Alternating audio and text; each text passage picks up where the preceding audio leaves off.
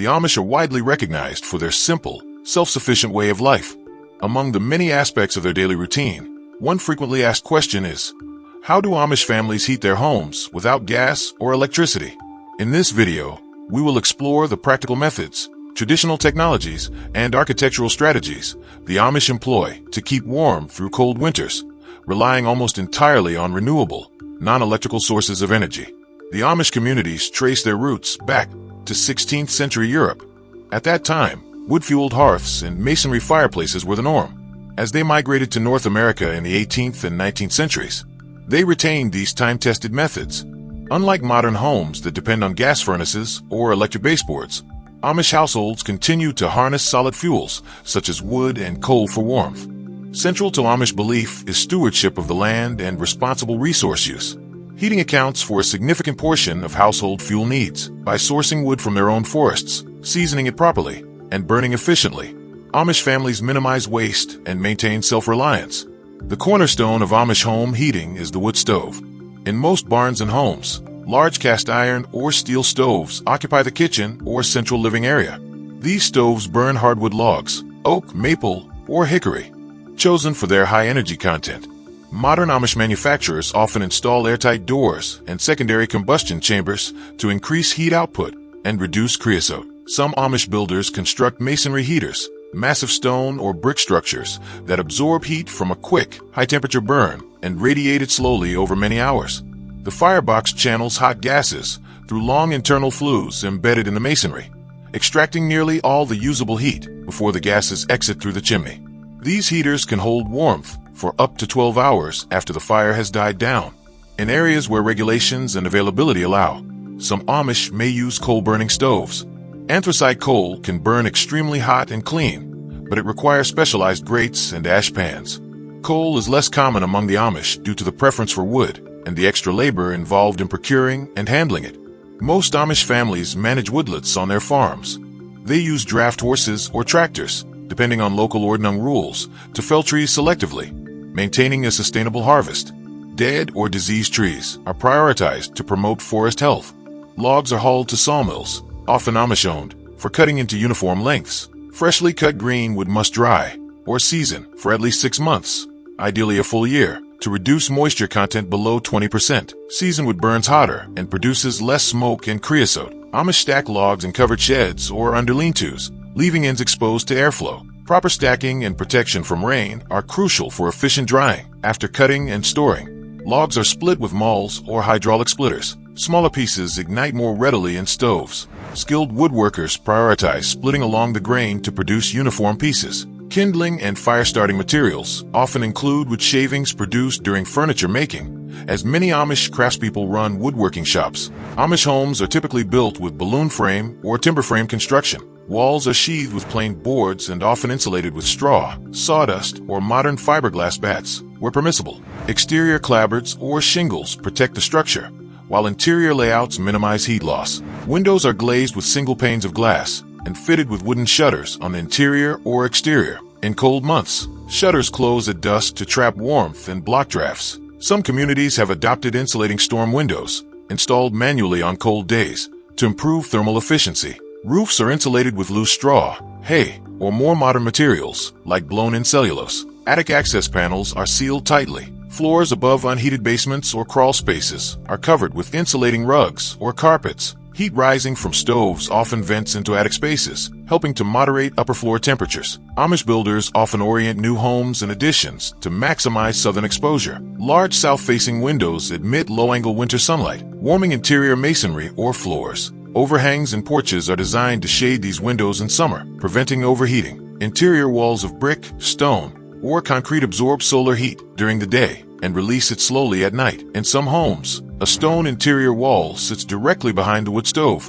capturing radiant energy and smoothing temperature swings. Wide porches and attached sheds create buffer zones that reduce wind exposure against exterior walls. Dense evergreen windbreaks, planted windward, further diminish chilling winds, reducing overall heat demand. Amish households often heat with cook stoves, large wood-burning models that combine oven, stovetop, and water heating functions. During meal preparation and daily cooking, significant heat radiates into adjacent rooms and hallways. Some communities install indirect-fired water heaters connected to wood stoves. A coil suspended in the stove's firebox heats household water for washing and supplemental space, heating via radiators. The system circulates by natural convection. Hot water rises into radiators. Cool water returns to the coil. Where local ordnance allows, small kerosene or lamp oil heaters provide localized warmth in workshops or outbuildings. These portable heaters burn liquid fuel in wick-fed burners. However, indoor use is limited by ventilation requirements and fire risk. Traditional stoves and fireplaces rely on natural convection. As air warms near the firebox, it rises and circulates through open doorways and transoms. Cooler air enters from lower vents or under doors,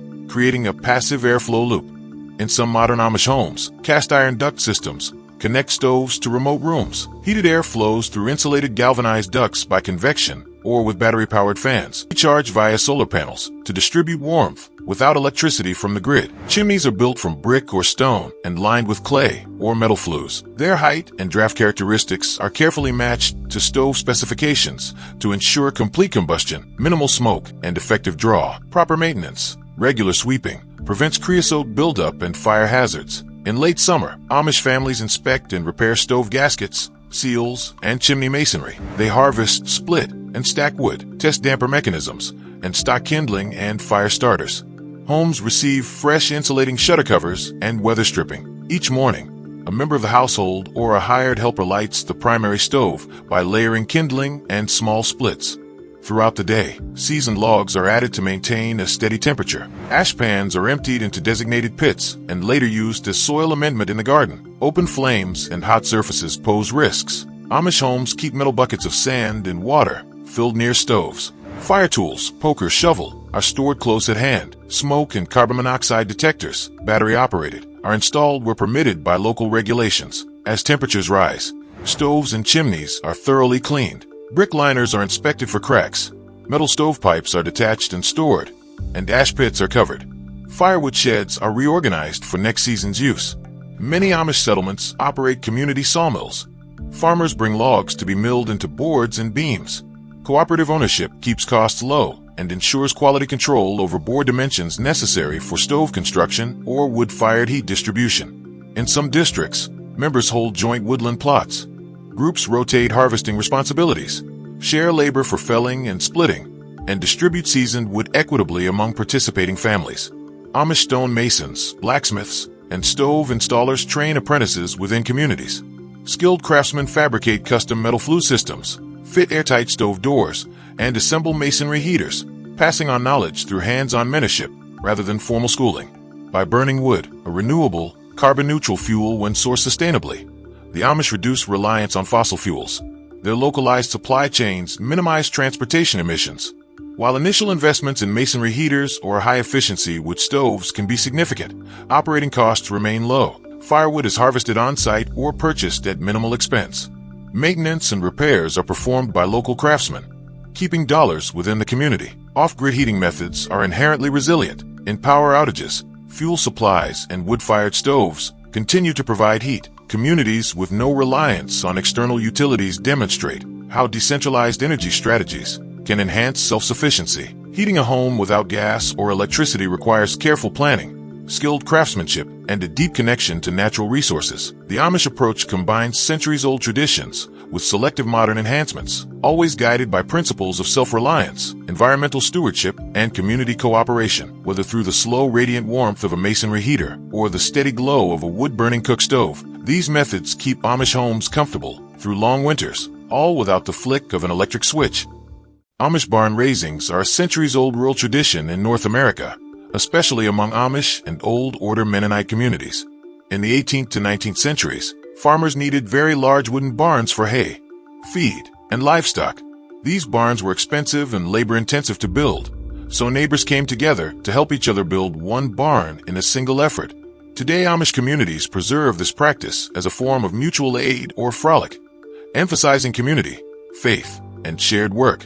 In Amish life, barn raising strengthens social bonds and ensure that any family with a burning barn or big need can quickly get help from their neighbors. A barn raising is literally a community construction event.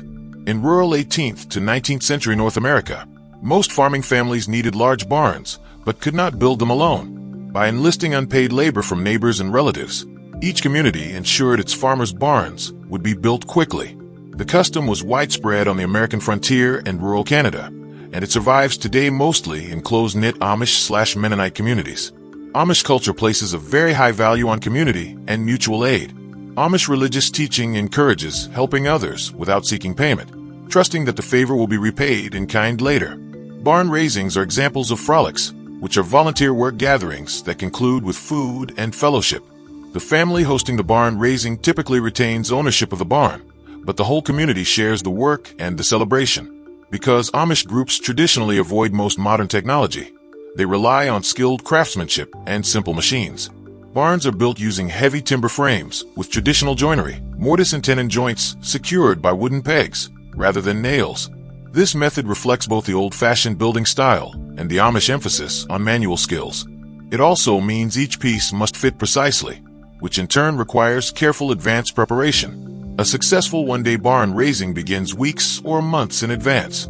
Community leaders and the barn owner form a committee or designate experienced carpenters, barn builders, to plan every detail. Before the raising day, volunteers clear the ground, level the site, and build the foundation or cellar for the barn. The foundation is often made of poured concrete or stone and may be built a day or longer before the main event.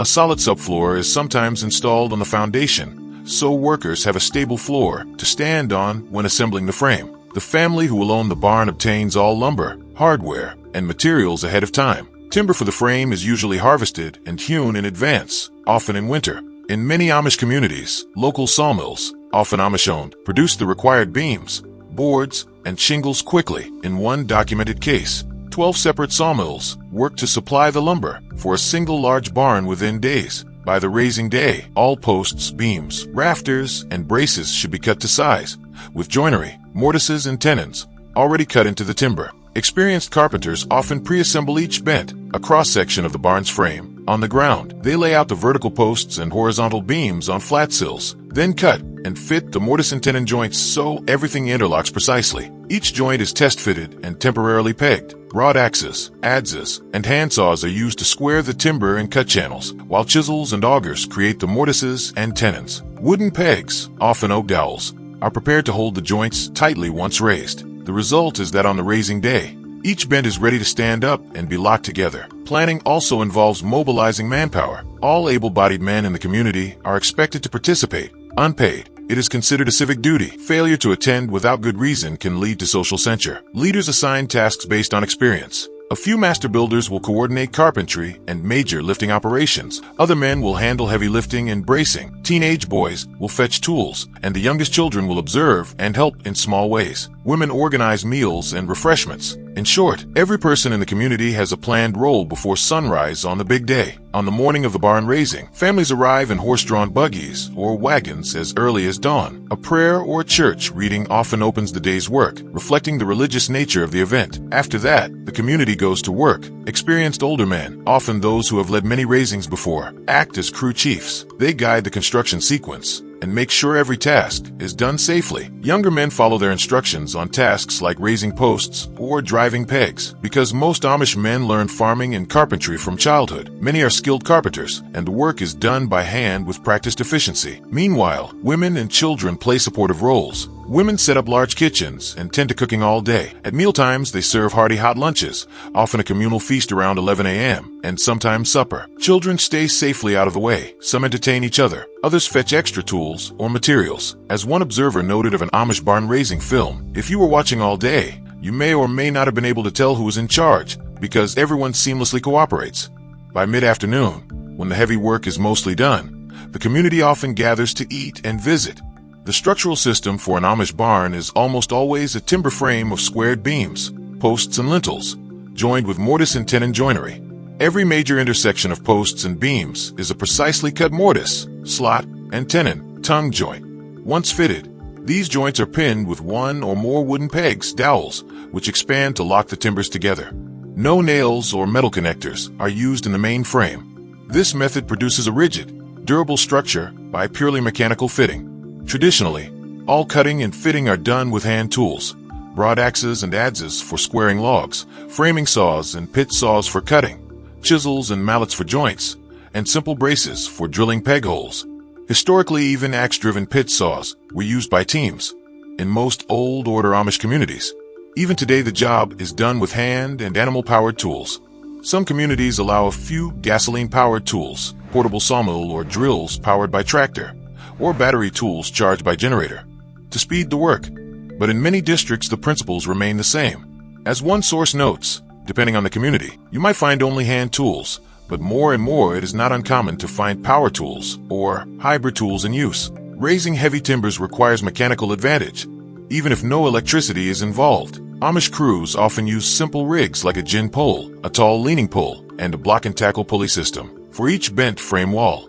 A crew may set up a sturdy pole fixed in the ground next to the post, attach a pulley at the top, and run ropes from the bent through the pulley to a winch or people pulling on the ground. By hauling on the rope or a hand crank come along, a small group can slowly lever a multi-ton beam upright in one described effort. After initial attempts failed, builders drove a gin pole into the soil and used a triple block and tackle to lift each heavy post into position. When ropes slip or parts break, they replace them.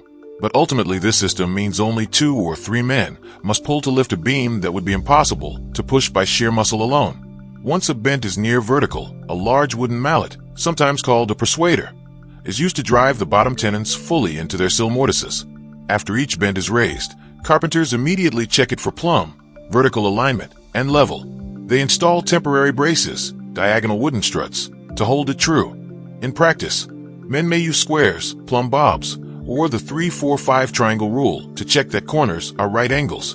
By the time all bents are up, the frame is stiffened by multiple crossskirts and purlins that tie the bents together, as well as by the partially completed roof structure.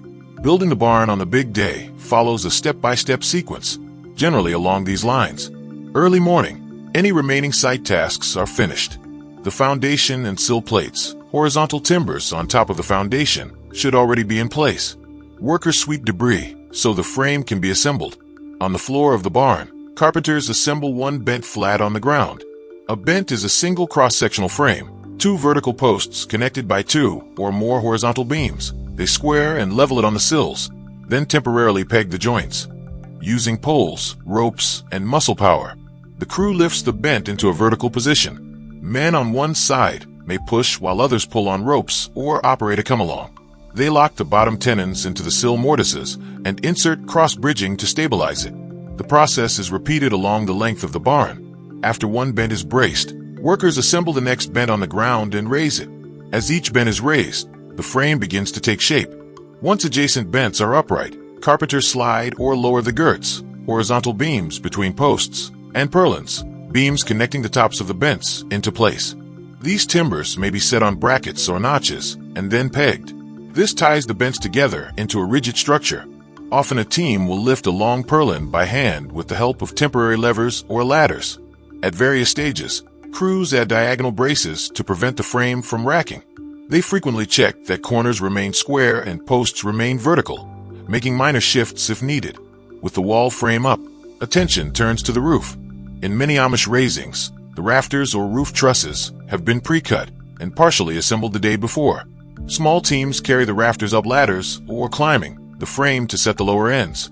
For very large farms, some communities now use a crane or tractor to lift pre-built trusses. Older Amish methods involve gin poles and ropes or pike poles to lift rafters one by one. Workers nail or peg the rafters to the ridge beam and purlins as they go. Once the last rafter or truss is in place, a traditional topping out ceremony may occur. An evergreen bough or small wreath is placed at the peak of the roof, symbolizing thanks and good luck. Historically, the master carpenter might give a toast or short speech at this point, though Amish services are modest and may simply be a quiet moment of thanks. By early afternoon, the main frame is standing. Carpentry leaders inspect and tighten any loose pegs and add any remaining braces. The structure is now stable but open. At this point, many helpers depart. Lunch is often served around 11 a.m., and by early afternoon most of the heavy lifting is done. After the raising day, the host family, with smaller volunteer crews, completes the barn's exterior. They nail sheathing boards, shingles or metal roofing, and siding over the frame. Floors, doors, and interior partitions are also added in the days or weeks afterward. Often, the barn becomes fully operational before winter. Throughout this sequence, teamwork is crucial. As one documentarian noted, it's pretty amazing how the whole process is coordinated. Thousands of person-hours of work are compressed into one intense day. By coordinating who lifts, who steadies, and who pegs, the Amish can reliably raise an entire barn frame, even 3 to 4-story barns, in a single daylight period. Key tools and equipment used in Amish barn raising include framing saws, crosscut saws, broad axes, and adzes are used to cut and trim large timbers. Many Amish farmsteads still have teams of men who fell and square logs into beams using axes and hand saws in winter. Heavy timber framing chisels, often driven by wooden mauls, cut precise mortises and tenons. After raising, wooden mallets or sledgehammers, sometimes called persuaders, finish locking pegs into place. Hand-operated brace and bit tools drill holes for the wooden pegs. In some districts, gear-driven augers, powered by battery or tractor, may be used sparingly, but many frames still rely on manual drilling. Simple wooden framing squares and plumb bobs help carpenters keep bents level and posts vertical during assembly. Measuring rods or the 3, 4, 5 triangle ensure accurate right angles. Thick hemp or synthetic ropes are threaded through block and tackle pulley systems attached to gin poles. In 19th century barn raisings, pulleys salvaged from wagons and hand-wound capstans were common. Today, some Amish may use small gasoline engine winches or come-along lever winches for heavy lifts. The host farm often provides space, a cleared field or the new foundation, and any horses or wagons needed. After the frame is up, local teams use ladders and scaffolding, often constructed from spare boards, to finish the roof. Despite the lack of high-tech, the Amish effectively use simple machines and their own muscle power. A historian of timber framing notes that such barn raisings resemble Talkit in Finland or other communal builds. They typically use lots of manpower and mechanical advantage, pulleys, levers, rather than motorized cranes. Safety on an Amish barn raising relies on experience, communication, and mutual care rather than formal regulations. There are no modern hard hats or safety rails, but people take precautions in other ways. The crew chiefs continuously communicate. For example, when one team is lifting a post, others stand by to catch or guide it. At least one observer noted that the event was so well organized, you may or may not have been able to tell who was in charge, implying a flat hierarchy, but clear signals. With heavy beams, men lift slowly and deliberately, pausing if any shifting is felt. One report from a barn reconstruction described men pulling the rope with all our might, slowly and carefully raising a beam using block and tackle. As soon as each bent is nearly vertical, helpers prop it with braces. This prevents collapses. Builders then use levels and squares to plumb the posts, and only move on once the frame is stable. Workers keep their heads up and hands clear when beams swing. Younger helpers, boys, often stand by ready to warn if something is off balance. Women keep children at a distance and handle tools and food safely away from the lifting areas. While accidents do occur, they are quite rare in barn raisings. In one detailed account, the most common accidents when they happen are minor falls or being struck by a dropped hammer. The risk is mitigated by the fact that all participants are familiar with the tasks and look out for each other. Overall, safety is built into the process. After raising, the community may hold a quick prayer or a word of thanks. Then everyone knows the main work is done for the day. By dusk, the structure is solid enough that the host can start covering the walls and roof in the following days without danger of collapse. When the main frame is up, most of the community's work is finished. The time-lapse of a typical raising shows the barn frame, ready to go, fully operational by day's end. In practice, often the roof sheathing, boards or trusses, and siding are completed in the next few days by a smaller crew of family and neighbors. Because the frame is usually square and braced, these tasks are easier. If the barn is very large, some sections of wall or loft floor may be finished later. Stalls, loft floors, and other interior features, like a built-in silo or feeding lofts, are generally completed by the owner after the raising. These tasks do not require the whole community's help and can be done at a more relaxed pace. Traditionally, the barn raising ends with a communal meal or dance. Amish gatherings, like frolics or quilting bees, often include festive food. Today, especially in stricter communities, the celebration may be simple: hearty food and fellowship during and after the raising. The day's shared effort typically reinforces community unity, which is one major goal of the event. Finally, the expectation is that the favor will be returned. Families in Amish communities keep track of how many barn raisings each has helped with, creating a mutual credit system. If a family needs help in future, the community knows they have paid into the system by past participation. Barn raising is thus both a practical construction technique and a social institution. In the words of one observer, it remains one of the Amish community's most important events, preserving values of aid and cooperation in a modern world.